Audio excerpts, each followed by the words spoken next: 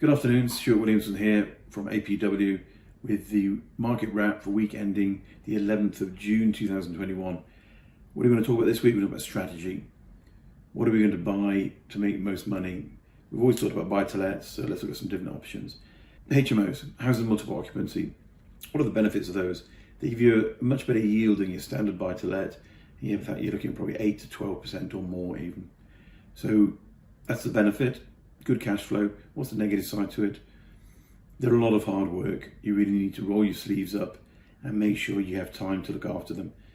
I don't know if you were ever a student in a student home, but we have people leaving all the time. We have people having arguments. They leave without paying the rent. Things get broken a lot of the time.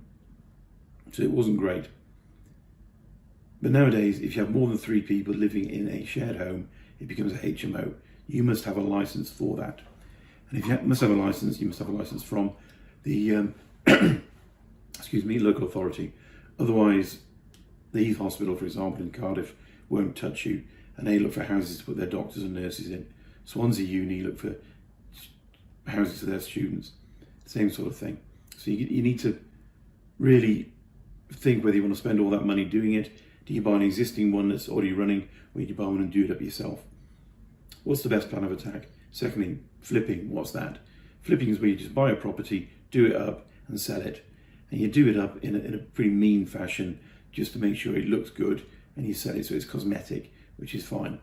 It's got curb appeal, the front looks good. What are the negative sides to that? Negative is you need to get someone to do it for you, and they can charge you a large amount of the profit. My brother does it with me, or has done in the past, and he initially charged me 50% of the profit, which is a bit mean. But you make good money. Negative side to it, your money's diluted, and then there's no money coming in the future. So it's not a long-term gain. After that, what could you choose? You could go for what we call buy, refurb, refinance, rent, repeat. And basically what that is where you buy a property. I'll give you examples. You buy for something that looks like it's going to be it's on the market for 100 grand. You try and buy it for a realistic price. So you go around and look at all other properties that have had a refurb done to it, that are rented out in that area, in that street, and say, what's it really worth? Let's say it's £125,000. They've got it on the market for 100. If you divide 125 by 70%, plus add your refurb costs, any other costs, that's going to give you a rough idea of what you should be paying for it at the top end, and that's 100 grand in this particular instance. Best price would be a lot less than that. So you go and do it. You say you pick it up for 95,000, say 90,000. You've then got your costs, which will be 5% tax, 2% non-resident, 3% stamp, plus your lawyer's fees, plus your mortgage fees. That takes it up for, say, £100,000. Got a £10,000 refurb on top of that. You make 15,000. And then you'd be able to remortgage it. And because you're remortgaging it at £25,000, your mortgage would be at or about 100 grand. And once the mortgage is above 100 grand, it's a lot cheaper, say 3.5%.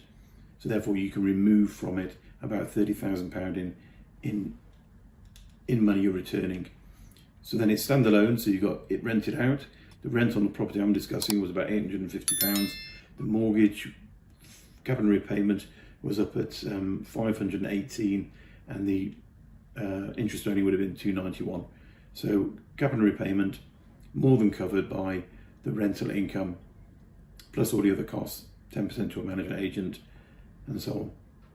So it's a good approach. You do need to be hands-on, but if it's one of 6 you're going to do, you can negotiate and say, hey brother, will you do it for 25% instead of 50%? And most people are realistic enough to know long-term better money is better. It's going to give you a long-term income, and it gives you some capital in the short term to go off and do it again. So the Brewer approach is a great one, and we like that one a lot. Rent to rent. Apparently in the UK now there are people going around saying to landlords, I'll take over the renting of your property. I'll charge you, say, 10%. I'll improve it by subdividing rooms or this or that or the other, and you make more money. So that's called rent to rent. Sounds a bit of rubbish to me. I don't see where you're getting money from, and I don't see how it's worth doing for the effort you have to put into it. So we'll ignore that one. Buying off plan is an easy thing to do when you're an expat because they're all out there. You can see it, it looks lovely, it's all finished. The CGIs look fantastic. Is it a good thing to do? It is for a number of reasons. Firstly, you've got to do some checks. Is your builder reliable? Have they got a good reputation? Crucial. Okay, is your money, the deposit you give, is that protected? Is there insurance in place so that if the builder fails, another builder will be appointed to finish the job, which is legal in the UK? Is there a secure drop dead date, i.e. at what point after the thing should have been finished and it's not, can you claim your capital back completely without any charges?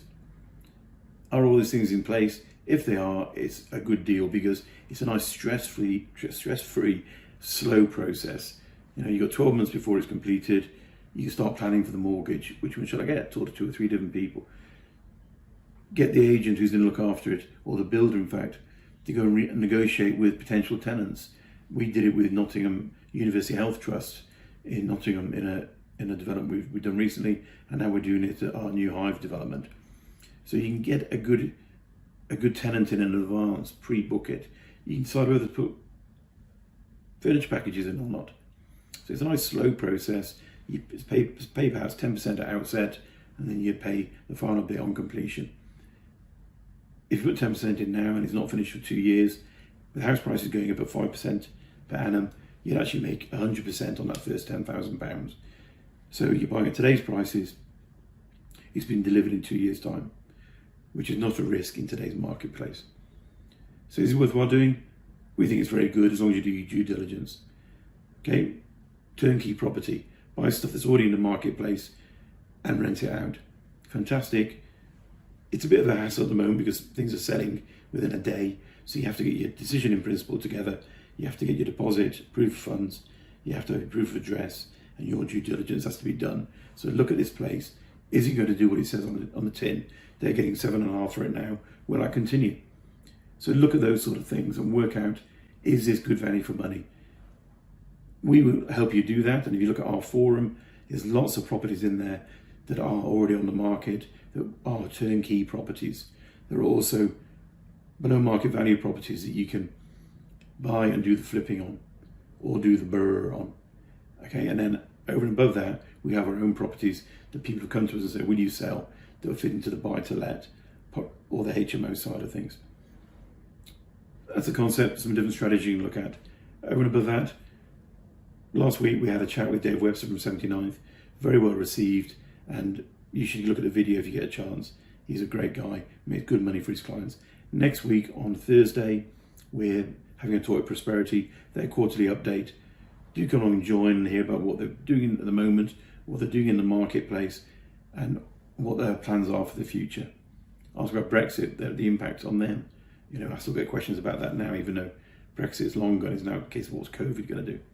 So come along and join us. It's Thursday, 5 p.m. Singapore time. It's a webinar, or we can send you a recording if you register.